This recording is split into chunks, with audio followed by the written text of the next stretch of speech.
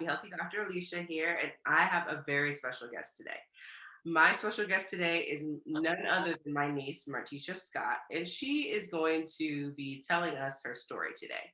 So, as you all know, we are embarking on a storytelling campaign where we're trying to really get more women of color stories in regards to their reproductive experience out there so that we can all kind of learn from their experiences and hopefully be able to navigate healthcare a little bit more efficiently and effectively. So, yes, she's gonna tell us her story today, which is, you guys, it's just crazy that she would have to endure this. But first, let me give her a formal introduction. TT. So, Ms. Martesha Scott is not only my dear sweet niece, but she's also the mother of a 7-year-old son. Her notable accomplishments are having a Bachelor's of Arts from the University of Washington in Seattle. And she also spent 5 years in the Postal Service and is currently aspiring to be a loan officer. And she is really passionate about sharing her story and also hoping to shed some light on what it's like to navigate healthcare as a young woman of color. So hello, everyone, and thank you, Auntie Alicia, Dr. Alicia, for having me here today and speaking with me and allowing me a platform to be able to share my story. A few days before I went to the ER, about 3 days prior to that, I had been experiencing some pain. I thought I was constipated, so I took a laxative, drank some prune juice, and things seemed to be working. So I didn't think I needed to go to the ER. But on the third day, I started noticing a little bit more of a sharp pain in my lower abdomen. And so I thought, okay, something else might be seriously wrong with me. Called my boyfriend, called my mom. They came to my house. My mom told me I needed to call, and go to the emergency room immediately. Mm-hmm. So that's what I did. When I got to the emergency room, I was seen by a nurse that was in the back, and basically the EMT had kind of told her, like, she's told us that she had been constipated for a few days, and she's taken a laxative, drinking prune juice or whatever, but she's still experiencing really a lot of discomfort. He had given me some medicine on the way over to the hospital, so he told her that. And I just feel like that's kind of the story that they went with, instead of like asking me any questions as far as, what was going on with me.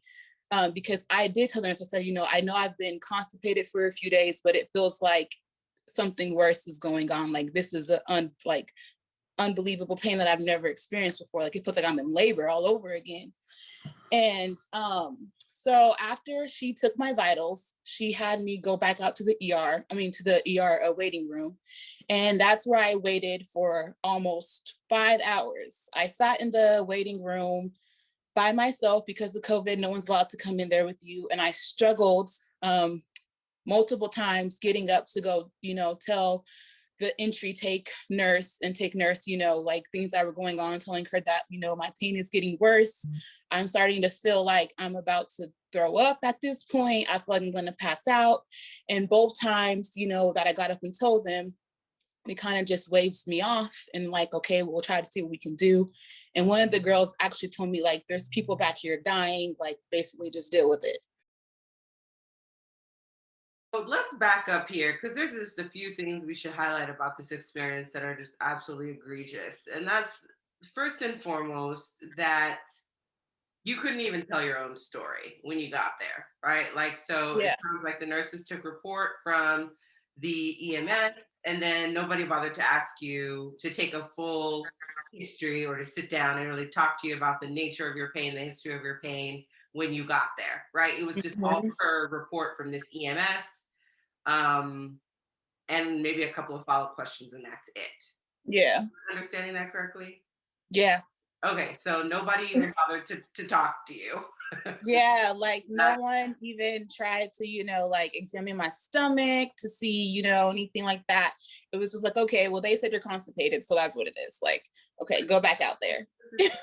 Right, EMS, I mean, with all due respect, EMS, they do a great job, but, you really need to be assessed by a doctor with a full history, which means they sit down, they ask you a lot of questions, they ask you what happened from the beginning to the point at which you're sitting in front of them, and they examine you, they physically touch you, they try to figure out what might be causing this problem, right? And I have a sneaky suspicion that if someone would have at least examined your belly, you wouldn't have been waiting for 5 hours with a liter of blood in Right. your abdomen, right? Like, so that's first and foremost. Nobody even wanted to center you in your healthcare experience. It was all about other people, other players Right. in this experience and basically their convenience, right? Horrible, horrible. Mhm. What was going through your mind while you were waiting and while the pain was getting worse and worse? Honest, honestly, I was sitting there and I felt like it was like I was never going to get seen.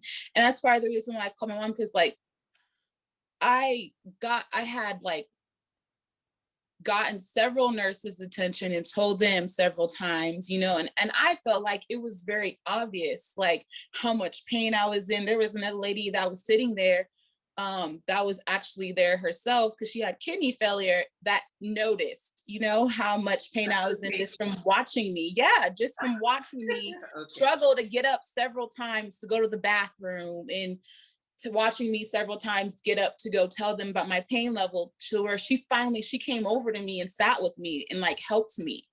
But Very I sweet. really felt like I was never going to get seen. And it got to the point where I was considering leaving because I was sitting there so long, and I was just like, at this point, I'd rather just be comfortable at home instead of just sitting here, or go somewhere else to another hospital, instead of just sitting here and it's like no one's listening to me. I keep telling these people over and over what's going on, but it's like I feel like no one's hearing me. Right. So when you actually flagged the nurses down and told them, got their attention, what specifically did they say to you when you said, I've been waiting, what's going on? The first nurse that I spoke with, she was like, okay, I'll try to, tell someone in the back and see if we can get you back sooner. The second lady at the front that I spoke with, she was pretty nice. She was like, okay, I'll do all that I can. And then the last girl I spoke with, she was just very rude and was just like basically like, what you have going on doesn't really matter. There's people back here with worse situations. We have people back here having heart attacks and strokes. So you're going to have to wait, and it'll be longer than an hour before someone sees you. How did you feel knowing that you were physically ill? Like, and now in retrospect, we know that ectopic pregnancy is very, very serious and life threatening. Mhm. So knowing that this person spoke to you in this manner and that you had something that was actually an emergency, life threatening as well, how did that make you feel? I mean, It made me feel invisible and silenced, honestly, in a way, because it's like it didn't matter how much I communicated. I feel like I overly communicated, especially considering the situation. And still it didn't get me anywhere. Like it literally took me fainting in a bathroom for them to come and help me.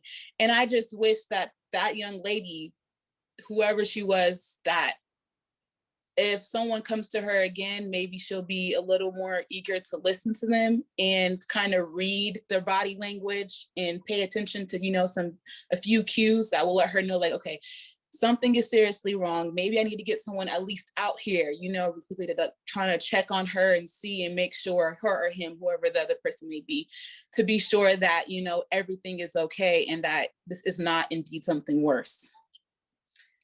yeah, I mean, I think the fact that, yes, as you said, you literally had to faint in a bathroom for people to recognize one, that you were critically ill, even though you had been saying that and pressing people to do something about it. But also that it took that for them to recognize your humanity, for literally you to lose consciousness, for them to be like, oh, actually, she wasn't, lying. This wasn't like a Right, ruse, and it's just, it kind of makes you wonder, like, what is it that we as Black women have to do to be seen in healthcare? right, Like, do we need to like do a whole song and dance and like right. put on Because a jumpsuit? I mean, what is it? I mean, we know what it is, right? We know it's right. systemic and interpersonal racism. We know that it's, implicit bias. We know that it's doctors and nurses who are overworked, and we know that it's all these things. And COVID has like stressed our healthcare system to the max, including everyone that's in it. But despite that, there still needs to be some recognition of a person's Right. humanity and allowing them to tell their own story and believing them when they do so. Yeah. But wait, I, that's not even it, right? right. Even Because it. it gets worse.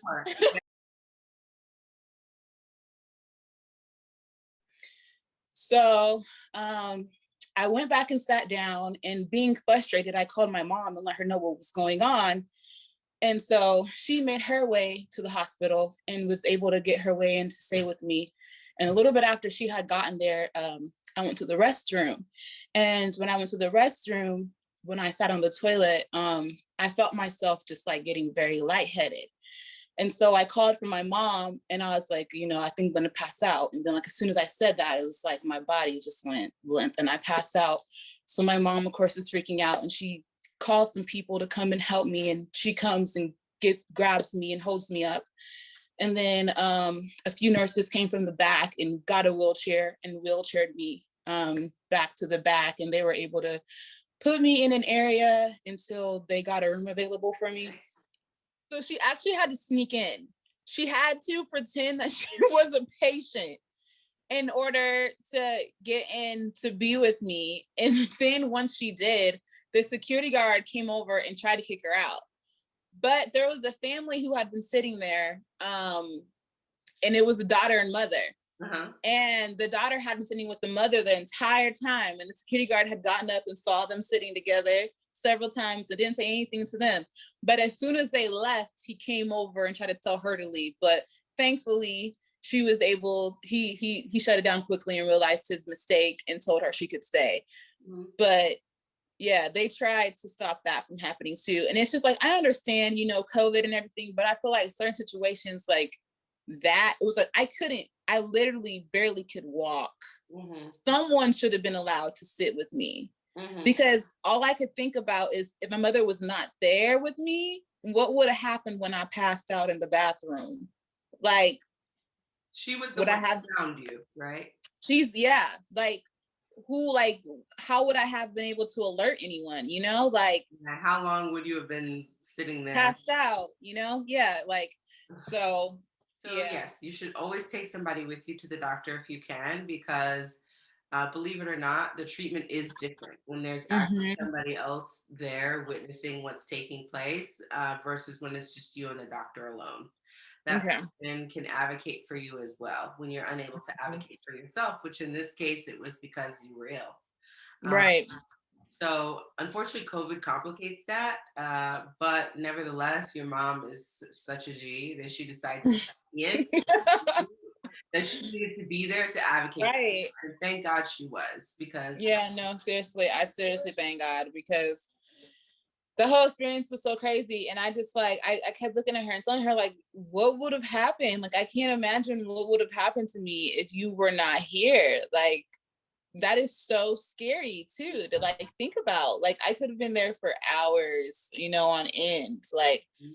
And I definitely have noticed that when, someone is with you, things go a little differently, because usually I do take someone like my mom or somebody with me to the doctor. And my mom has a little bit of medical background, so some questions to ask, and she'll ask them, and then they'll be like, "Oh, okay, well, yeah," and then it'll change the whole atmosphere. So,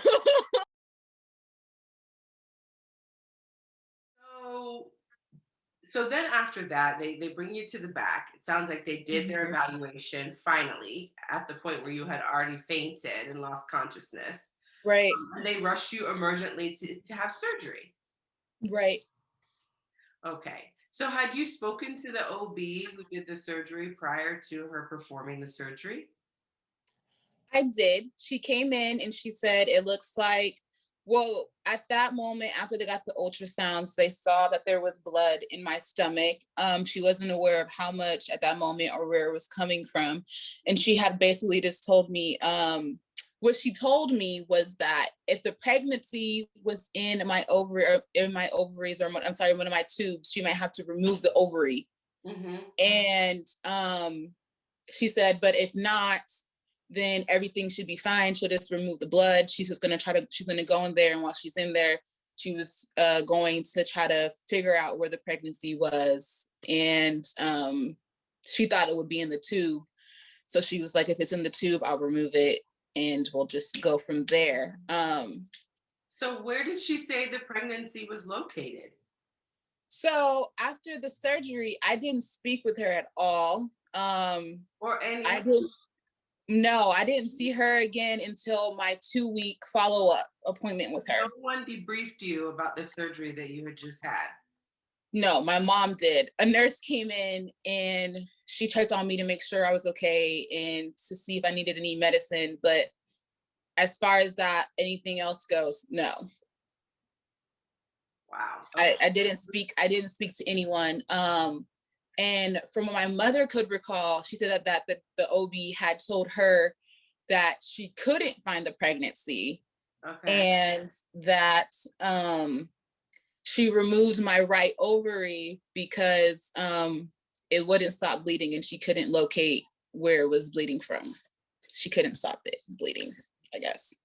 She didn't know where the bleeding was coming from. She wasn't sure it was coming from the ovary, but she took it anyway. Yeah. Okay. Because that's one of the other things I found out when I spoke with a different doctor that I scheduled another follow-up appointment with, was that I'm anemic. She never told me that I was anemic. And I actually ended up fainting when I left the hospital. And looking back, I'm like, okay, well, that's probably because I didn't know I was anemic. I had lost so much blood. When you left the hospital, you fainted? Yeah, I had a fainting issue after I left the hospital, like 2 days later or almost a week later. And I was just like, had she told me that, I would have known, like I need to do these things to make sure that my levels get back up and be eating things that are rich in iron. But she didn't tell me I didn't have any talks with her. So, yeah. Wow. Okay. So they let you leave the hospital with untreated anemia such that you passed out when you left the hospital after you returned home. Okay. Horrendous.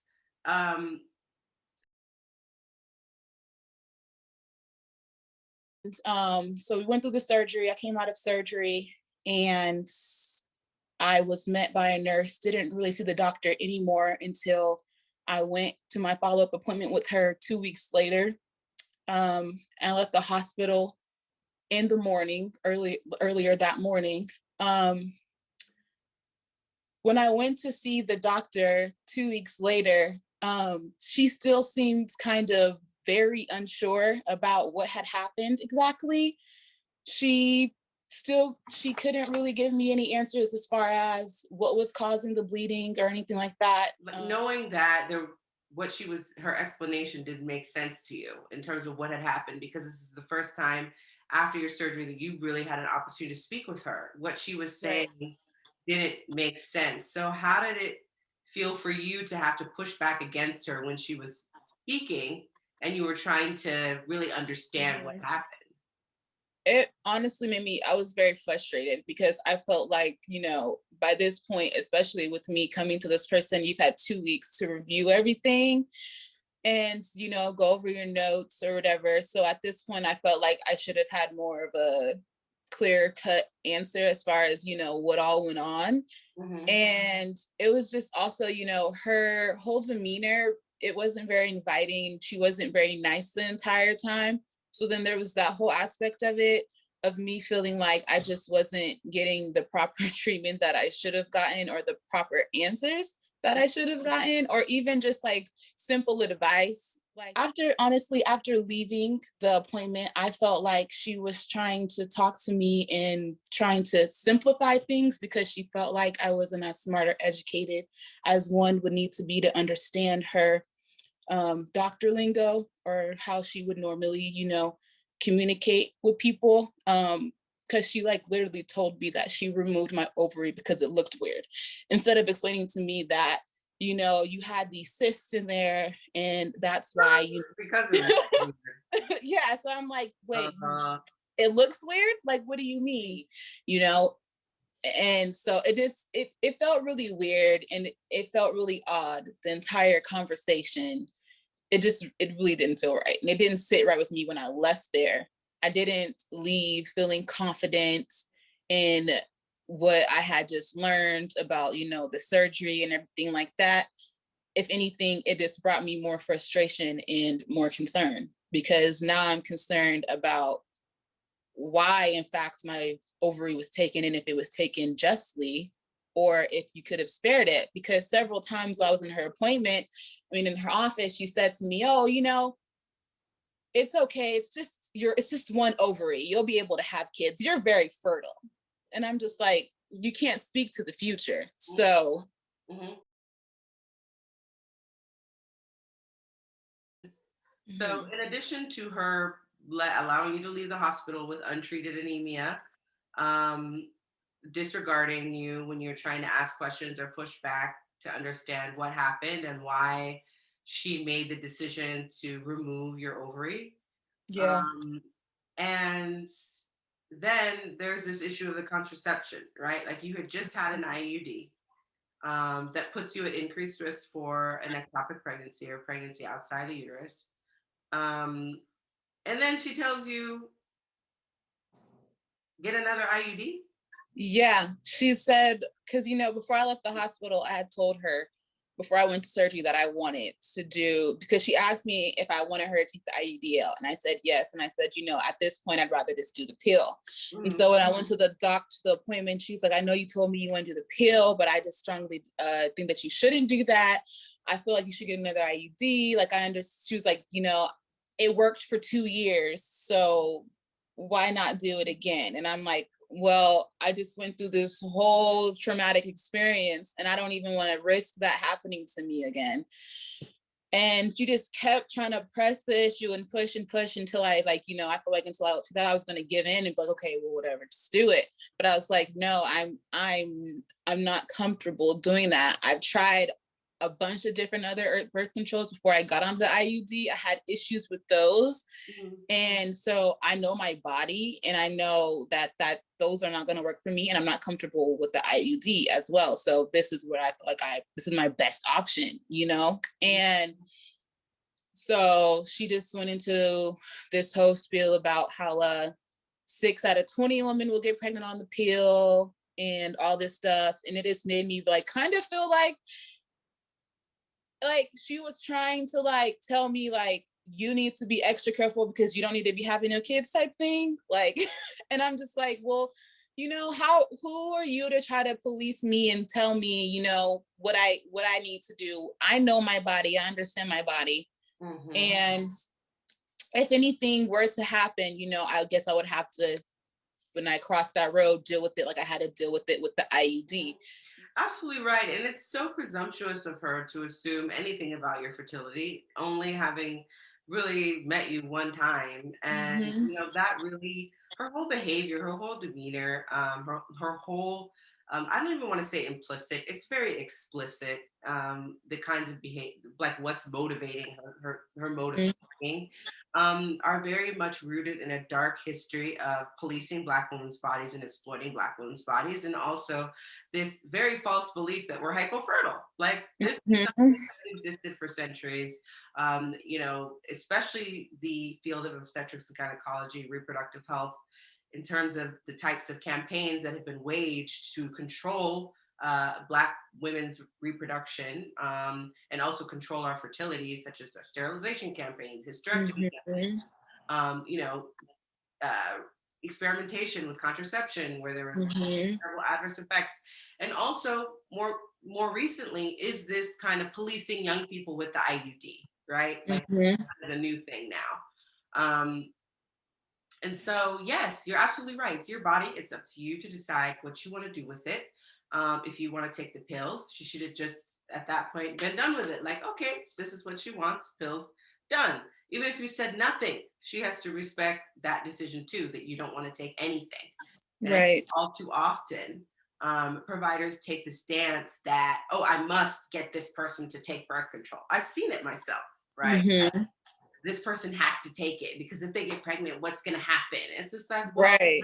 maybe that's what they want. Everybody has the right to. Everybody has their right to procreate and to expand their family if they choose. Right. Like, that is a tenet of reproductive justice, and us as providers need to respect when people say, "No, thank you, I don't want any birth control today," or Right. I like the pill, or oh, I'll take the IUD, right? Like, leave the choice to the individual.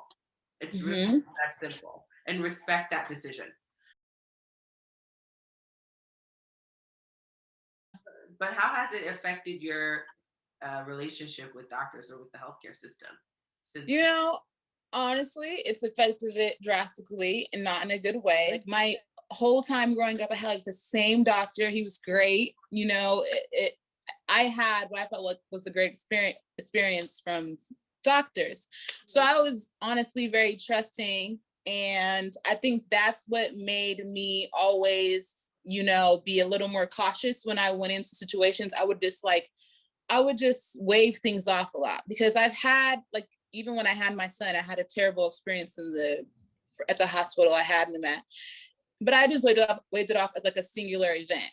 Mhm. But now after this has happened to me and I look back on everything and after I've educated myself on this issue, it's like I'm like, no, these aren't really singular events. Like these are things that happen more often than not. And a part of the issue is I feel like so many people are like me and just wave it off. Like, okay, I'm okay.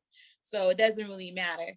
But it's like, but it does matter because when you were there, you should have been treated better and, should have been allowed that comfortability that so many people get when they are there and experiencing these, health issues.